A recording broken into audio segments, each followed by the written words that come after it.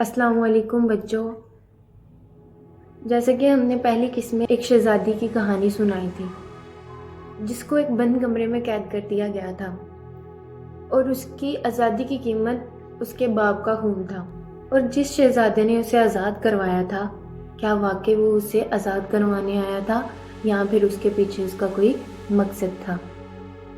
چلے آئیے جانتے ہیں۔ بادشاہ مر چکا تھا اور محل میں ایک خوفناک خاموشی چھا گئی تھی۔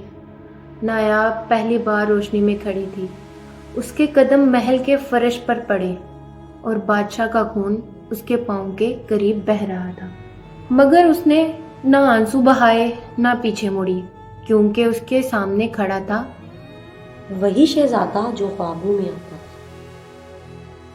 لیکن وہ شہزادہ نہیں تھا۔ اس کی آنکھیں آہستہ آہستہ بدل رہی تھی، نیلی سے جامنی، اور پھر کالا دھواں اس کے چہرے پر پھیلنے لگا۔ نایاب نے پیچھے ہٹتے ہوئے پوچھا، تم کون ہو؟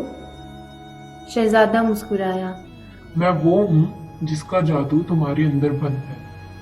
تمہیں چھپانے والوں نے میرا حق چھینا اور آج تم جاگ گئی ہو۔ نیاب کی سانسیں رک گئی۔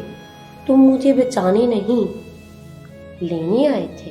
اس نے کہا، اگر تم میرے ساتھ نہ چلی تو یہ سلطنت تمہارے ہاتھوں جل جائے گی۔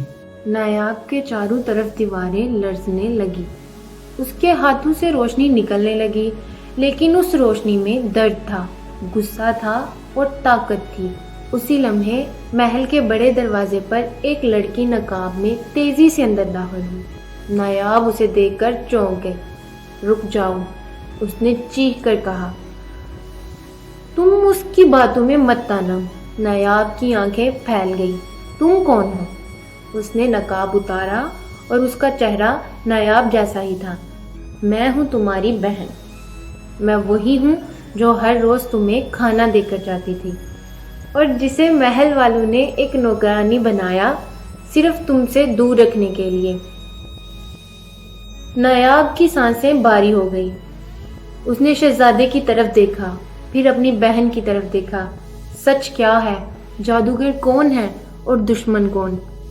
جواب صرف وقت کے پاس تھا۔ کیا نایاب سچ پہچانے گی یا جادوگر کا ساتھ دے گی؟ جانتے ہیں اگلی قسط میں۔